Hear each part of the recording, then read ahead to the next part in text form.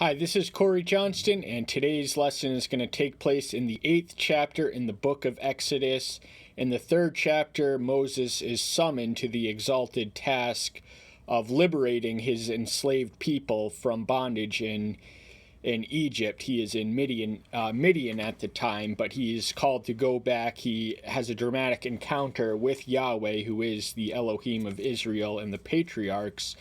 And this is where, in the 7th chapter, is where the liberation really begins. After a crisis of confidence, Moses evidently was not the most polished or comfortable public speaker. He assures him that he's going to have Aaron be his mouthpiece, and he's going to be the functional equivalent of, even though he's his prophet, Aaron's going to be his prophet, and he's going to be Elohim. And he warns him in advance that he's going to perform great signs and wonders. These are plagues or devastations visited upon the enslaving nation of Egypt for the sake of getting the Pharaoh to relent in face of the overwhelming evidence. But he warns him that he's going to harden the Pharaoh's heart with each increasingly more majestic display of divine power. His heart's only going to harden. He's going to not relent on his resolve, although as we witnessed somewhere, he'll beg for temporary relief, but no real transformation or change of conviction. And in the 7th chapter, we read the original miracle where the staff of either Moses or Aaron is turned into a serpent, and the court of the Pharaoh, whose magicians proceed to duplicate the effect. Then the first of the plagues is the turning of the river Nile into blood. The ancient Egyptians considered the ancient Nile as a life source, a source of life, so to see it transformed as in a source of death. There was no drinkable water in the land from the north to the entire country literally revolved around the Nile. And even so, this is the first of the 10 plagues.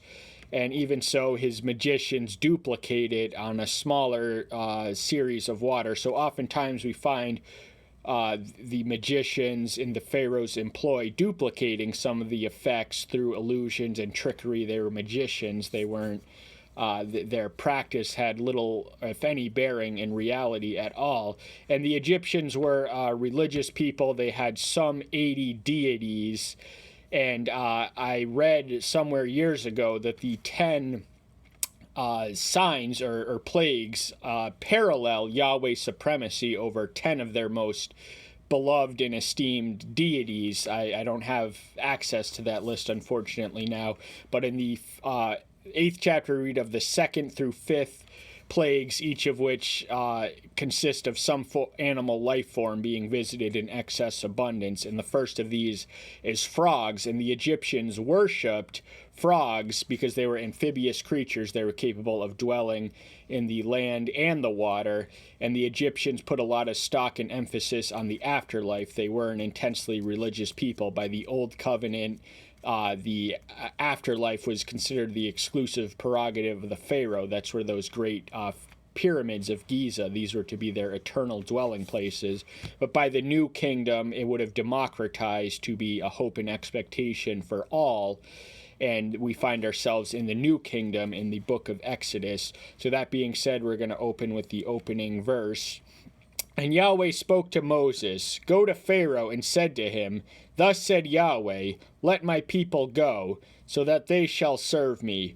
He said this before. Pharaoh has heard it before. He'll say it again, and he'll hear it again. Let my people go is the entire reason that these visitation of plagues are being inflicted on the land and nation of Egypt. And he wants them to go for the purpose of serving him, and rather Pharaoh. So he was telling Pharaoh, "You are no longer their master. I have always been their master, and I will remain their master from here on out. But if you refuse to let them go, see, I am smiting all your borders with frogs." Frogs, remember why the Egyptians held them in such high esteem, and the unleashing of frogs can be explained as a natural reaction to the previous plague of the Nile turning into blood, but the extent and the abundance of the frogs which he sends are supernatural in number. So this wasn't This was the warning of if he refused to let him go, knowing full well that he's going to refuse. He's a hard-hearted and stubborn man. There is literally nothing, not even the death of his own firstborn, that can compel him to relent on his resolve to keep the Israelites enslaved in his land. Because even after that, he summons his chariots and horses to chase them down by the Red Sea, where they are swallowed whole, while Yahweh provides safe and convenient land passage through that body of water that drowns their Egyptian chasers. And the river shall swarm with frogs, which shall go up, and shall come into your house, and into your bedrooms, and on your bed, and into the houses of your servants, and on your people, and into your ovens, and into your kneading bowls. In other words, there is nowhere that you can go, not inside your home, not outside your home, where you will not be bothered by frogs. And frogs are not necessarily lethal animals, but they are bothersome in the abundance that he's going to send. So wherever he goes, wherever he is, frogs will be there, and that will be until he lets his people go, or at least waits for the next sign.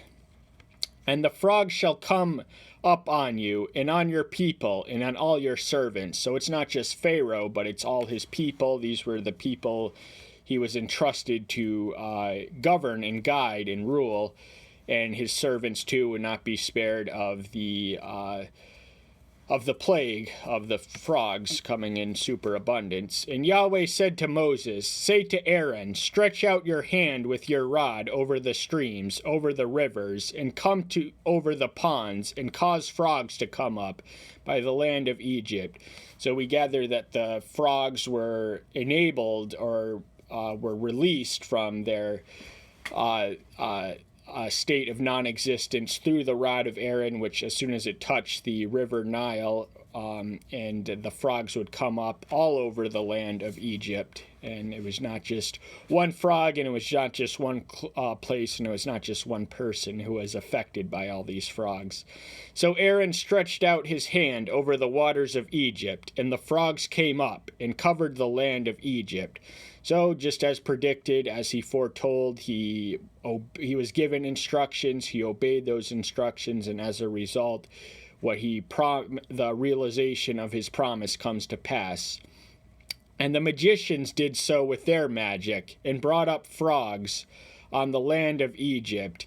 Now, the magicians are able to at least give the veneer or the illusion of duplication of the same power, but there's really no reason to add to the pile-on, since so many frogs are coming up. They're being subsumed and virtually consumed by them. Pharaoh then called for Moses and Aaron and said, pray to Yahweh to take away the frogs from me and from my people, and I shall let the people go to sacrifice to Yahweh. So Pharaoh is showing an indication that he's ready to relent on his resolve. He's asking them to pray to their God, which was peculiar to them, Yahweh, to get rid of the frogs from his whole land. And if he does that, he's going to accommodate their request to let his people go and sacrifice to Yahweh. And Moses said to the Pharaoh, explain yourself to me. When am I to pray for you, and for your servants, and for your people, to destroy the frogs from you and your house, and remain only in the river? So Moses is asking for more concrete clarity and details as to precisely when and where he wants him to pray. And this is a premonition of Moses' role as an intercessory prayer, which he prays on behalf of other people.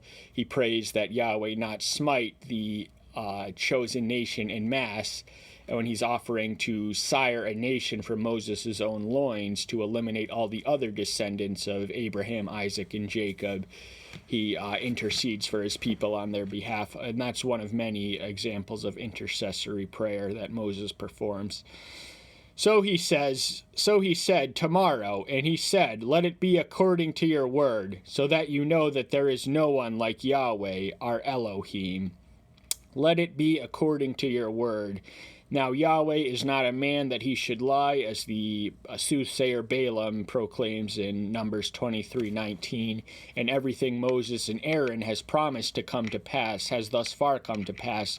The Pharaoh's word is not as good as the one from whom it comes, but this is an expression of the uniqueness and supremacy. There is literally no one like Yahweh our Elohim. He is not only supreme among deities, but he is exclusive among them. These imagined deities were figments of their own imagination, and so there's literally no one like Yahweh our Elohim in the entire universe, which he brought into being by himself.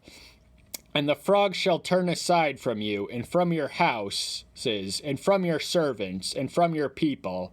They shall remain in the river only. So they're going to go back to where they belong. These are amphibious creatures who subsist on water and land, but they have to maintain some closeness and proximity to water in order to get all they need to survive. And so this is going to happen if the Pharaoh accommodates their request. And Moses and Aaron went out from Pharaoh, and Moses cried out to Yahweh concerning the frogs which he had brought against Pharaoh. And Yahweh did according to the word of Moses, and the frogs died out of the houses, out of the courtyards, and out of the fields. So Moses prayed, and Yahweh answered. He had that intimate access. He offered, he was requested by Pharaoh to pray to this deity from whom he was personally estranged from. He would have thought of it as the deity of Moses and Aaron, and he wouldn't listen to a man like him. So he accommodates his request, and Yahweh answers and accommodates the prayer. And they gathered them together in heaps, and the land stank. This is the natural result of the Nile turning into blood, and also the aftermath of the impact of the land being flooded with frogs. And when Pharaoh saw that there was relief, he hardened his heart and did not listen to them, as Yahweh had said. So Pharaoh was an entirely predictable man. Thankfully, Yahweh has supernatural predictive powers, so he knew that as soon as there was relief, he was going to see no need or no exigency or no necessity to honor his end of his word once they had performed for him what he had requested, and thus inviting another plague to visit his land and people. And Yahweh said to Moses, "Say to Aaron, stretch out your rods and strike the dust of the land, so that it becomes gnats in all the land of Egypt."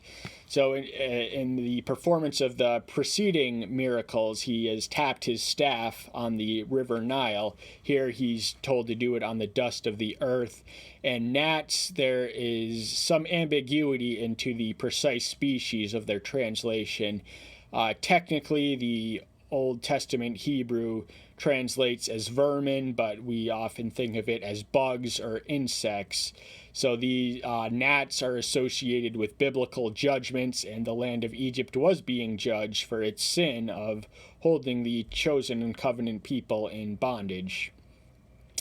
And they did so, and Aaron stretched out his hand with his rod, and struck the dust of the earth, and it became gnats on man and beast.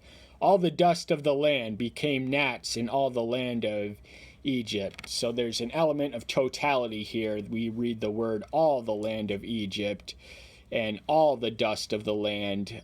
So there was literally nowhere one could go or travel or be where gnats were not there, and gnats were unpleasant, to say the least. Perhaps not necessarily lethal, although they were lethal to crop life. They are seen as instruments of famine, so they are indirectly lethal to humanity. And the magicians did similarly with their magic to bring forth gnats, but they were unable. and there were gnats on man and beast.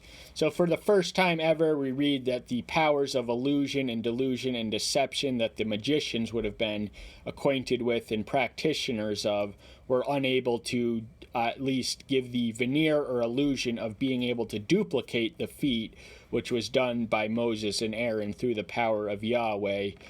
And so these gnats were everywhere on man and beast. They were all over every person and all over every animal. There was literally no getting away from them. The magicians then said to Pharaoh, "This is the finger of Elohim."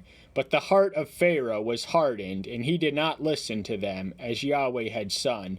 So the magicians have a conviction that this is through a superior greater than any they can summon or muster. This is the finger of Elohim, the God of the enslaved and captive people. He was working on their behalf. But Pharaoh, he can see the evidence, but refuses to arrive at the same conclusion because his heart is hard. His heart is hard, and he does not listen to his magicians or anyone else. He's content to listen to himself, be his own judge, and he, remember, was instructed or groomed to be thought of as a living deity when he became the Pharaoh himself. So he has a clear God complex, and he has difficulty accepting or adjusting to the presence and the power of an actual God, which interferes with his God complex. And Yahweh said to Moses, "Rise early in the morning and stand before Pharaoh as he comes out to the water, and say to him, 'Thus said Yahweh, let my people go, so that they serve him.'" This is nothing new at this point. He's repeating a declaration he has made earlier and will repeat again. The entire reason he was doing all that he was doing and inflicting all this devastating injury was to compel him to relent on Yahweh's command and summons and instructions to let his people go. These people belonged to him. They were special and chosen for a purpose in mind, and the dispensation was about to be realized almost immediately after their liberation. "Or else, if you do not let my people go, see, I am sending swarms of flies on you and your servants, and on your people, and into your houses, and the houses of the Egyptians shall be filled with swarms of flies, and also the ground on which they stand." So the Egyptians had awe and wonder in the many insects' seeming ability to bring life out of the decay of their progenitors, so they elevated them to similarly divine stations. Now, their polytheistic pantheons would have included crocodiles, likenesses and features of lions. The Egyptian throne was front and center was a cobra. And so there was, and they worshipped cats famously, and so there was no shortage of animalistic likenesses which influenced and shaped their theology. And they're going to be totally hit, but the nation of Israel is going to be spared. So this is going to come exclusively to them on the ground where they stand. They're going to be filled, flooded. There's going to be nothing they can do about it. There's going to be no escaping it, unless, of course, he lets his people go. "And in that day I shall separate the land of Goshen, in which my people dwell, that no swarms of flies shall be there, so that you know that I am Yahweh in the midst of the land." Now Goshen was the land of the Pharaoh, the Pharaoh who Joseph served had allocated to him and his family. They came down originally in a group of 70, and they were given the land of Goshen because they were shepherds by vocations. Shepherds would have been an undignified craft amongst the native Egyptians, but it would be highly exalted and esteemed by the Hebrew people, and Goshen, located somewhere to the north, east, or west, would have been the ideal pastoral territory, and that's where they settled as a nation within a nation. That was their designated location. But he's going to draw a line between Goshen, where the slaves dwell, and where the native Egyptians who oppress them do. "And I shall put a distinction between my people and your people. Tomorrow this sign shall be. So this plague is going to injure and inflict and infest his own people, but not Yahweh's own people, who identifies as mine. They are my own, they are my possession and my belonging. And the ultimate distinction is the 10th and final plague, the death of the firstborn, which explains the origins of Passover. The the native Israelites, they painted their doorsteps with the blood of lambs, and they were passed over, whereas the Egyptians did not have the prior information to act on that, which could have been spared, and the firstborn of every family was smitten that very night by the angel of Yahweh. And Yahweh did so, and thick swarms of flies came into the house of Pharaoh, and into his servants' houses, and into all the lands of Egypt. And the land was ruined because of the swarm of flies.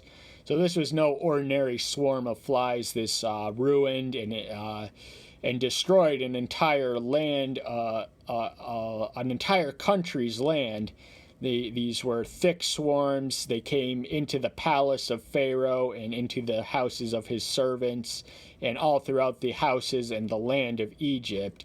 There was no Egyptian left untouched, but because he had made a distinction between the Hebrews, the Israelites, they're not Israelites yet, but the proto-Israelites, the Hebrew people, the children of Abraham, Isaac, and Jacob, are to be left untouched and unmolested by this plague. Pharaoh then called for Moses and Aaron and said, "Go, sacrifice to your Elohim in the land." So it took 3 plagues to get him to finally accommodate their rather modest request to sacrifice to Elohim in the land. We can assume the land was Egypt. He was not quite letting them go and become their own country yet, but he's finally relenting. And Moses said, "It is not right to do so, for we would be slaughtering the abomination of the Egyptians to Yahweh our Elohim. See, if we sacrifice the abominations of the Egyptians before their eyes, would they not stone us?" So there are dangers in doing this in their land that invites stoning of the natives, who would have been upset and offended to see them sacrifice some of their possessions. The Israelites were slaves without, strictly speaking, any possessions to call their own. So whatever their farm animals they would have gathered and accumulated for the sacrifices had to belong to someone else. "Let us go 3 days' journey into the wilderness. Then we will sacrifice to Yahweh our Elohim, as he commands it." Wilderness in the book of Exodus translates as desert. We tend to think of it as a forest, a wild forest, but in biblical terminology it means desert. So he's asking them to take a day's journey. They're on foot for a 3 days walk to go to a designated location to sacrifice to Yahweh according to his orders and instructions. And Pharaoh said, "I am letting you go. Then you shall sacrifice to Yahweh your Elohim in the wilderness. Only go not very far away. Pray for me." So he does have some sense of his need for prayer. He realizes he is not all is not well in his kingdom, and someone above is dramatically intervening. Though he refused to submit, he does allow his people to go, but not too far, not out of the distance from which they can be reliably reeled back in. He doesn't want them escaping at this point, and he's asking them to pray for him, maybe while they worship or sacrifice their deity. And Moses said, "See, when I leave you, I shall pray to Yahweh, and tomorrow the swarms of flies shall depart from Pharaoh, from his servants, and from his people. But do not let Pharaoh again deceive, not to let the people go to sacrifice to Yahweh." So Moses has an intimate, unbreakable line between himself and Yahweh. He is his prophet and mouthpiece, so he knows without any evidence of having to be told that once he prays, that then tomorrow the swarms of flies will leave them forever, or at least once and for all. And But he's telling him not to let Pharaoh. He is a dishonest man whose word is not gold. It's in fact tarnished. He's already relented on his word. So he's asking him to be mindful that this is a deceptive man and a manipulative man and a dishonest man, and to be wary. And Moses went out from Pharaoh and prayed to Yahweh. And Yahweh did according to the word of Moses, and removed the swarm of flies from Pharaoh, from his servants, and from his people. Not one remained. So this was a total purging and cleansing of all the flies from the land of Egypt. Not one remained. So not even, there were literally millions, if not billions, if not trillions. These are tiny creatures, so to fill an entire country would have required a sum of them, frankly, beyond immediately that which is immediately calculable or estimatable.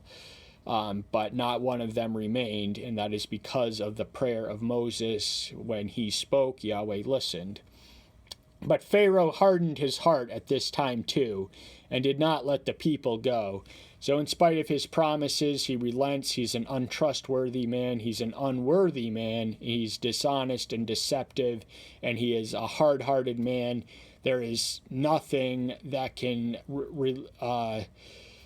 compel him to relent from his resolve to keep his the enslaved people upon whom his economy and empire would have depended to continue and flourish and sustain and survive go. He had no immediate temporal interest in liberating an enslaved class of people, and so there was nothing. These 10 plagues would be effective to, we'd like to think, at least any one of us, but it's almost challenging to identify with the sinners of the Bible. But we are all sinners by nature, and we can always somewhat relate, or we should at least try to relate, why these people did what they did and what they were thinking. But that's all the time we have for today. Thank you so much. I'm so glad you're here. Stay tuned until next time. See you then. Bye-bye.